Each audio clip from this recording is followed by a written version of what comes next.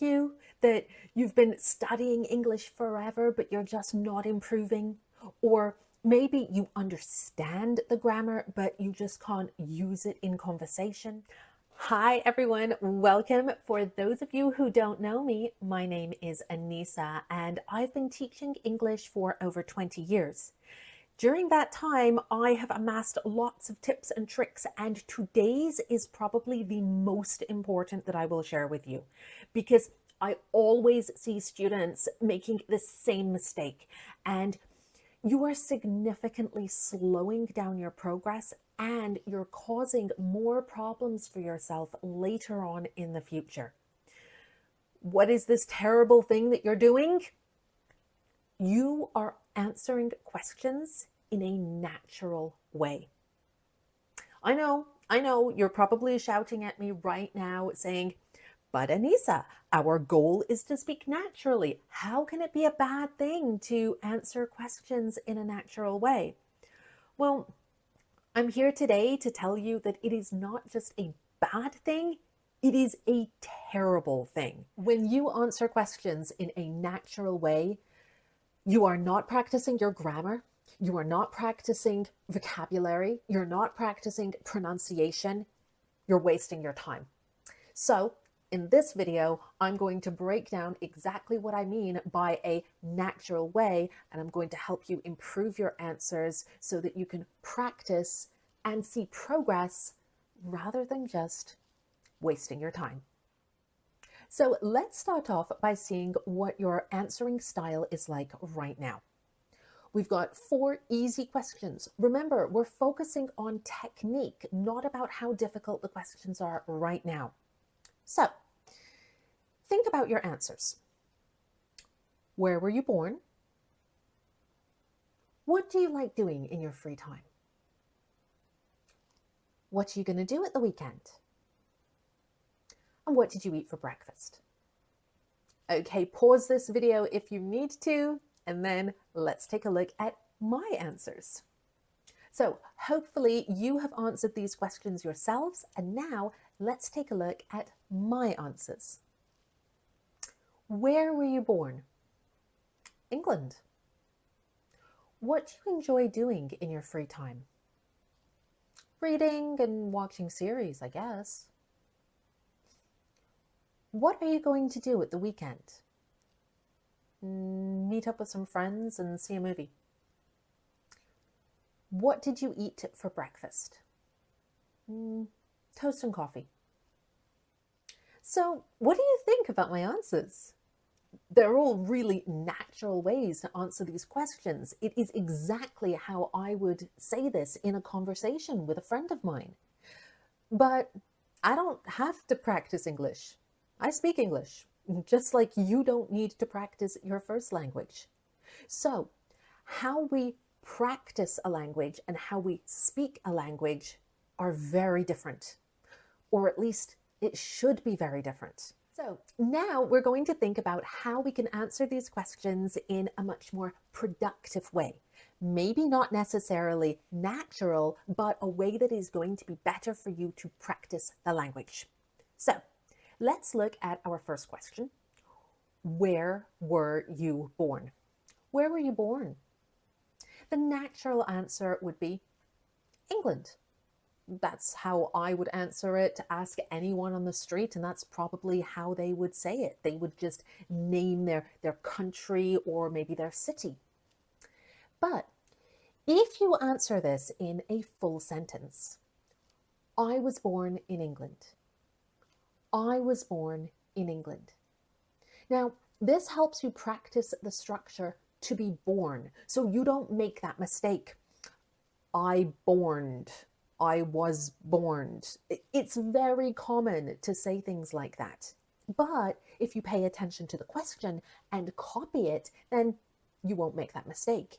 And it's going to sound more natural when you have to use it and produce it in your own conversations. And maybe your teacher is really nice and knows that you need a little bit of help with your prepositions. So they might ask you, what country were you born in? What country were you born in? So now you've already got that preposition. You don't need to think about which one to use. I was born in England. I was born in England. Okay, they're going to get more difficult, so stay with me. Moving on to question 2. What do you enjoy doing in your free time? What do you enjoy doing in your free time? Now, people naturally just mention verbs, actions. So I would naturally say reading and watching series. But if you copy the structure from the question in your answer, you'll end up with I enjoy reading and watching series in my free time. So this helps you practice that verb pattern, enjoy doing. You cannot say enjoy to do, enjoy to watch, enjoy to read. No, you cannot do that. So if you practice saying, I enjoy reading, I enjoy swimming, I enjoy relaxing, I enjoy shopping, keep practicing it and it's going to sound more natural later on. Also, you're getting more repetition of that prepositional phrase, in your free time, in my free time. I enjoy reading and watching series in my free time. The only way to get really good at prepositions is to notice them, focus on them when you are reading or when you are listening, and then to use them yourself to practice them. So you could have another question. What are you keen on doing in your spare time? How would you answer that? It's got exactly the same meaning, but now we've got a different pattern. Keen on doing. So I would say, oh, I'm keen on reading and watching series. And I've given you a synonym here. So instead of in your free time, I said in your spare time. So listen to teachers' questions because they're actually really good sources of language and they are helping you improve if you take advantage of the opportunity. Let's talk about the future now. And I know that this might be an easy question, but really listen to it. What are you going to do at the weekend? What are you going to do at the weekend? So now we will take that natural answer and we will upgrade it to a full sentence. I am going to meet up with my friends and see a movie at the weekend.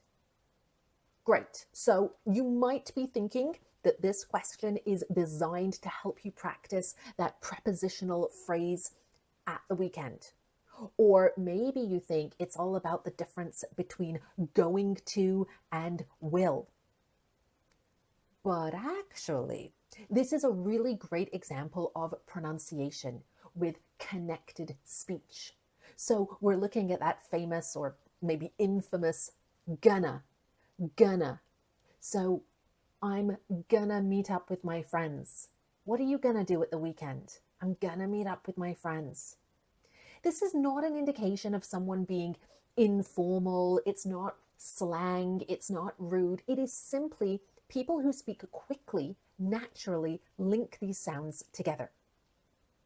Let's take a look at the pronunciation of this in more detail. If you're familiar with the IPA, great. If not, it is useful. So, I am contracts together and becomes I'm.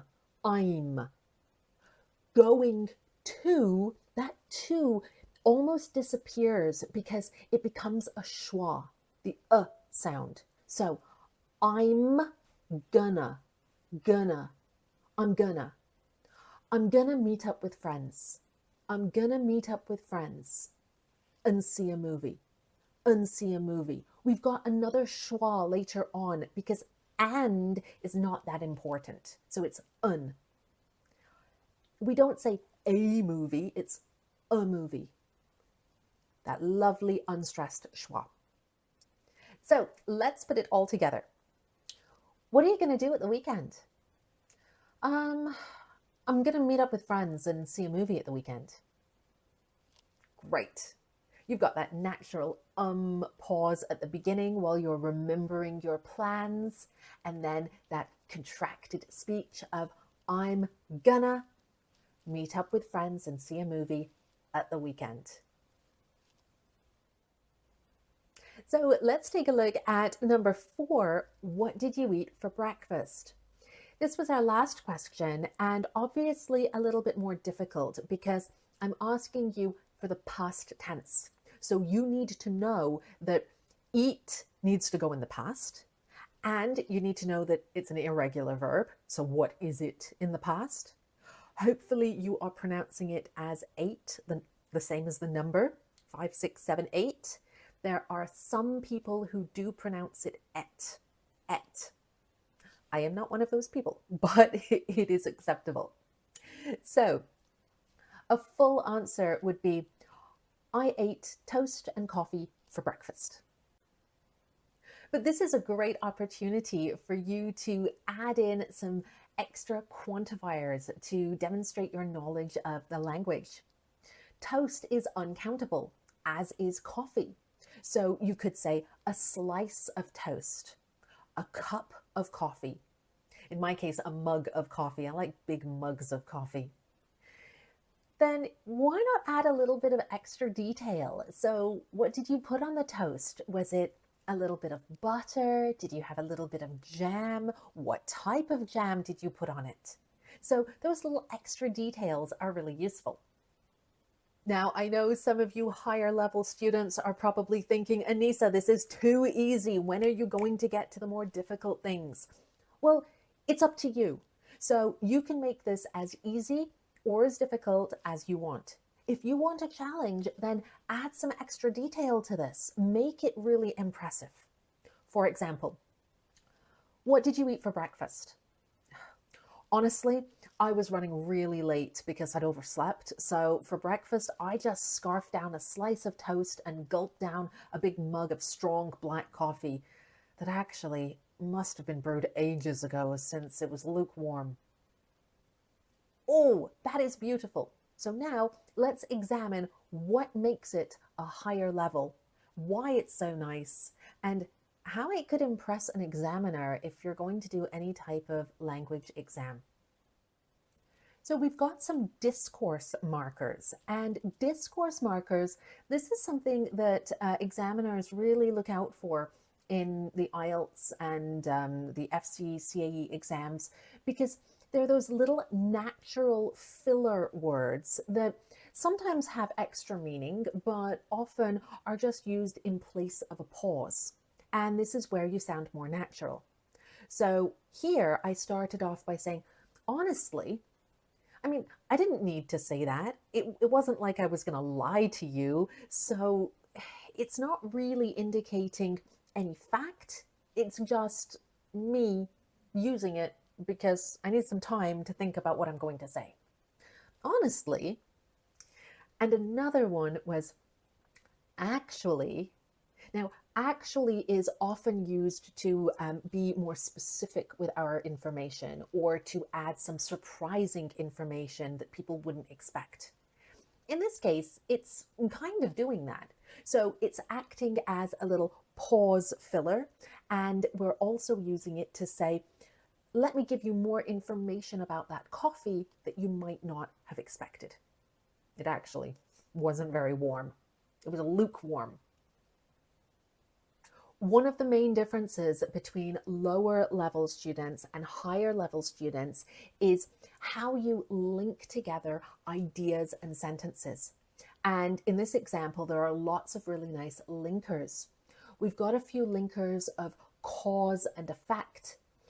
I was running really late. Why? Because I'd overslept. Okay, what's the result of that? So for breakfast, I just quickly had some toast and coffee.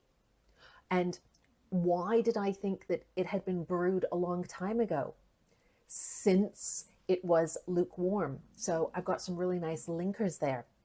I've also got linkers of addition. There's an and in there, which is quite nice. So connecting your ideas, that is something that examiners are really looking for, and it's what makes you sound natural in normal conversation as well. But it's all about the grammar, really, isn't it? That's what a lot of people think. And in this case, I did not just use the past simple like the question did. What did you eat for breakfast? No, I also added in some past continuous. I was running really late.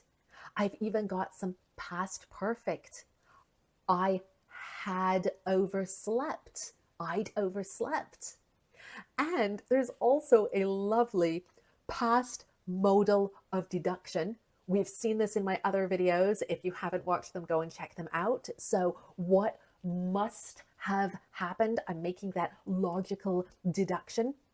And it's even nicer because it's in the passive voice. So that coffee must have been brewed by somebody, I don't know, ages ago. Whew. Not to mention, it also includes really nice adjectives. Lukewarm, that's probably not an adjective you use very often. You probably say not hot or cool, but lukewarm is that perfect collocation that we use to describe any type of liquid beverage that is normally drunk quite hot. So, oh, my tea's lukewarm. I forgot about it. So it's not cold, but it's also not warm. It's ugh. And then we've got some collocations for the coffee as well. Strong coffee. We don't say heavy coffee, so it's strong coffee. And I use some quite precise verbs. I did not say I ate the toast quickly. I said I scarfed down a slice of toast. I didn't drink the coffee quickly. I gulped down the coffee. So that's what we're looking at, really impressive language like that. And of course, the quantifiers as well from before. We said a slice of toast and a mug of coffee. So great examples of vocabulary and grammar.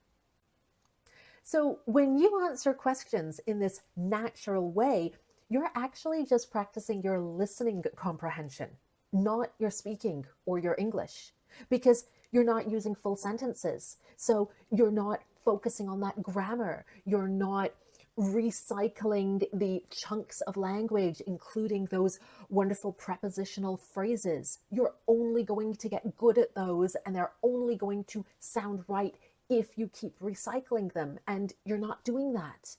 If you're only giving a couple of words in your answers, then you're not practicing connected speech. You're not improving your pronunciation.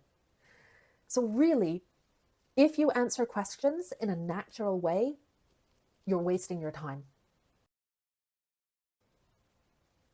So in my experience, students who see the fastest progress are the ones who don't reinvent the wheel. They use the samples, the structures that are given to them in the question and just repeat, recycle it as much as they can so that they don't need to think, oh, do I need to use a gerund or an infinitive? No, it's going to sound really natural to them when they're producing it. And that is the trick, how you can really progress faster and don't really focus on the grammar so much because you're just copying it. I'm going to let you in on a little secret. Teachers rarely care about your answers. Okay, now that's not entirely true because I have fascinating conversations with some of my students and actually I learn a lot of interesting stuff from them. But when I ask, what time did you wake up this morning? Do I really care? No. I'm looking to see your use of language. So do you know that wake up is irregular? Do you know that in the past we say woke up? Can you produce that vowel sound correctly? Way, whoa, woke up. That's what I'm listening for. And I want to know about your prepositions. We've got lots of different prepositions we can use with time. Are you going to say that you woke up at 6 o'clock? Around 6:30? Just before 7? Shortly after 7? So what prepositions are you going to use? And then how are you going to actually say that time? Did you wake up at 6 o'clock? Or was it 6 on the dot? Was it 6 sharp? Maybe it was 6:10 a.m. or 6:15 in the morning. So there are lots of different ways of answering this question, and that is what I am listening for. I don't really care what time you woke up. So a very natural answer to this question would be 6-ish. Ish. Oh, I love a good ish. Ish is when we mean not exactly around. We use it a lot with numbers and colors. But let's make a full answer and say, I woke up at around 6 o'clock this morning. Good. But now I've got a challenge for you. Can you add any extra details and give me a more advanced answer? Remember the example that we said about breakfast and we changed toast to a slice of toast with a little bit of strawberry jam. So can you do the same thing to this? Pause this video and think. There are lots of different ways that you could make this answer impressive, and if you want to leave your example in the comments, please do, and I will take a look at it. Let me know if you'd like me to correct it. So here's one example. Well, my alarm started going off at 5 to 6 this morning, but to be honest, I hit snooze a few times before finally rolling out of bed at around 15:15. Or a slight variation on that. Well, my alarm started going off at 5 to 6 this morning, but to be honest, it wasn't until I realized it was approaching 15:30 that I finally managed to drag myself out of bed. So I hope it makes sense what we're doing. We are taking that really natural answer that might just be a couple of words, 6-ish. We're using a full sentence instead so we can recycle and reuse the grammar structures, the prepositions, the vocabulary. And if you want to challenge yourself and give some extra detail, great, that's up to you. So let's take a look at a few more questions. Remember, the questions are easy. It's up to you what you do with the answers.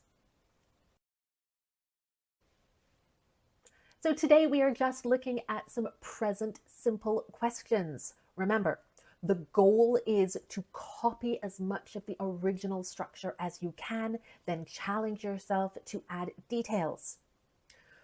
Pause this video and think about your answers. Then, when you restart the video, we're going to look at samples and my comments on them as well. So, how old is your best friend? When is the best time of year to visit your city? Do you think doing yoga works wonders for relaxation? So let's take a look at the first question. How old is your best friend? This is an easy question, but if you made the mistake of saying, my best friend has 38 years old, I would not be surprised, because it is very common in lots of languages to use the verb to have when you're talking about somebody's age. Unfortunately, we don't do that in English. We need the verb to be. My best friend is 38 years old, or my best friend is 38. Now, those are your two options. You can say the full 38 years old or 38. Don't tell me my best friend is 38 years. Doesn't work, I'm afraid. And I always like to give you some upgraded alternatives. So you might want to say, my best friend is approaching 40. So it's getting closer and closer. Ooh, my best friend is approaching 40. Or she's in her late 30s. Make sure you give me that nice plural pronunciation in the end. her late 30s. Now, question number 2, when is the best time of year to visit your city? This has a little bit of flexibility regarding the order. You might want to say a month, so July. July is the best time of year to visit my city. You can put that at the beginning, or you can put it at the end. The best time of year to visit my city is July.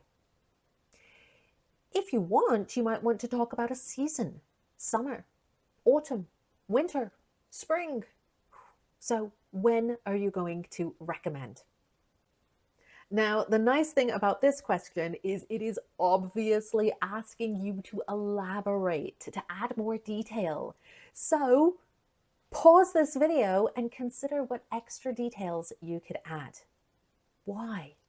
Why is July a really good time to visit your city?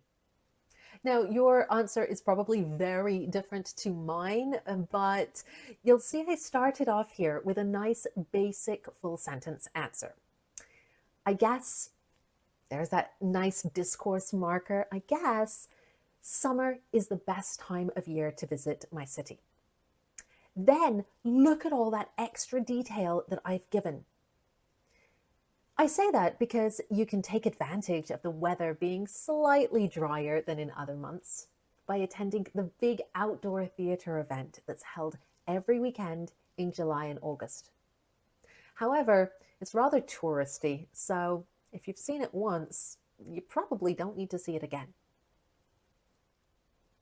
Moving on to number 3. Do you think doing yoga works wonders for relaxation? Now, this is a really nice question because it is a closed question. You can practice the forms really easily without actually worrying about adding a lot of information. Closed questions just mean that you have a yes or no answer. That's why they're easy to answer. In this case, yes, I think doing yoga works wonders for relaxation. No, I don't think doing yoga works wonders for relaxation. So we're highlighting the benefit of doing yoga with that really nice phrase, it works wonders for. It works wonders for. It works wonders for. So it's a really good phrase to practice. And we're linking that to the noun. So you're getting used to that combination of the preposition for being followed by a noun for relaxation, not to relax or to relaxation. There's also no S on relaxation, so you know it's not a plural. And there's also no a. So if there's no S and there's no article, then it means relaxation is an uncountable noun. Now, you don't really need to know that. It's not important, but you do need to get that pattern in your mind for relaxation. For relaxation, you're not going to use any articles or S, so naturally, you're going to get it right. And we're reinforcing here the collocation, do yoga. We're not going to make yoga or play yoga. No, you're not going to go yoga. You do yoga. So the more you hear that and say it, the more it's going to be comfortable for you. So in previous examples, we talked about discourse markers.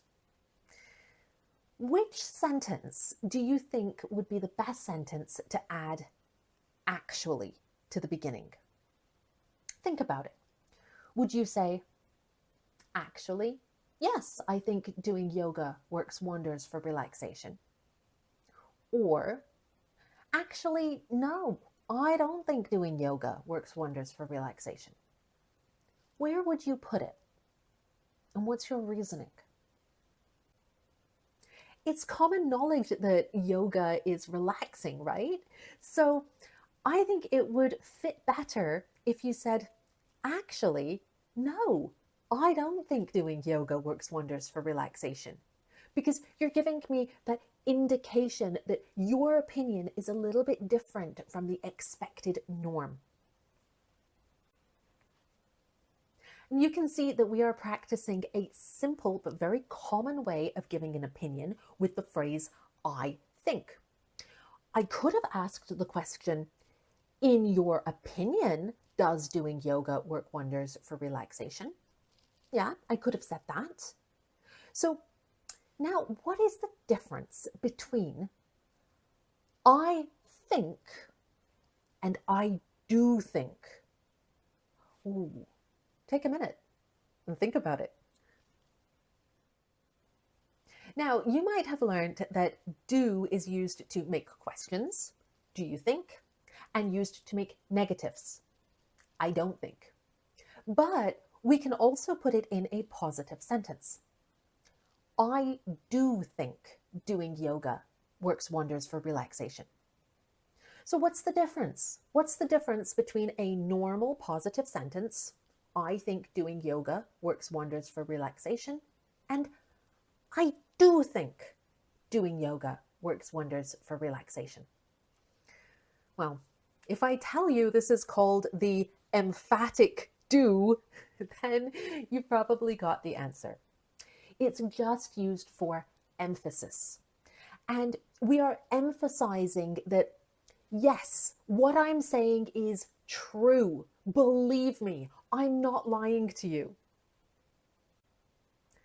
I might say, I spent my day off cleaning my house. No, you didn't, Anissa. No, I don't believe you. I did spend my day off cleaning the house. So I can use it in the past as well. Instead of saying, I spent my day off cleaning, I did spend my day off cleaning. It's true. Believe me, I'm not lying to you. It really happened.